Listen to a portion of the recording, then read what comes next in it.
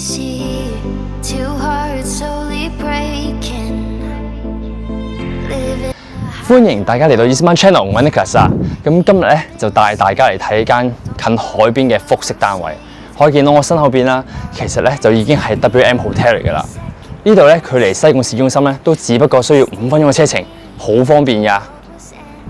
咁事不宜遲啦，咁就帶大家睇下屋入邊係點樣嘅先。咁啱啱喺天台行落嚟啦，咁其實上面咧都係有一個書房嘅，而呢個係一個複式單位連天台啦。我哋呢一層全層咧都做咗一個客飯廳、連廚房同埋工人房嘅位置。而一陣間我哋落到去咧，就會見到有2個套房，再加一個額外嘅書房嘅。你可以見到咧，我哋呢度佈局咧都係好精緻嘅。咁呢個係一個外籍人士去設計嘅。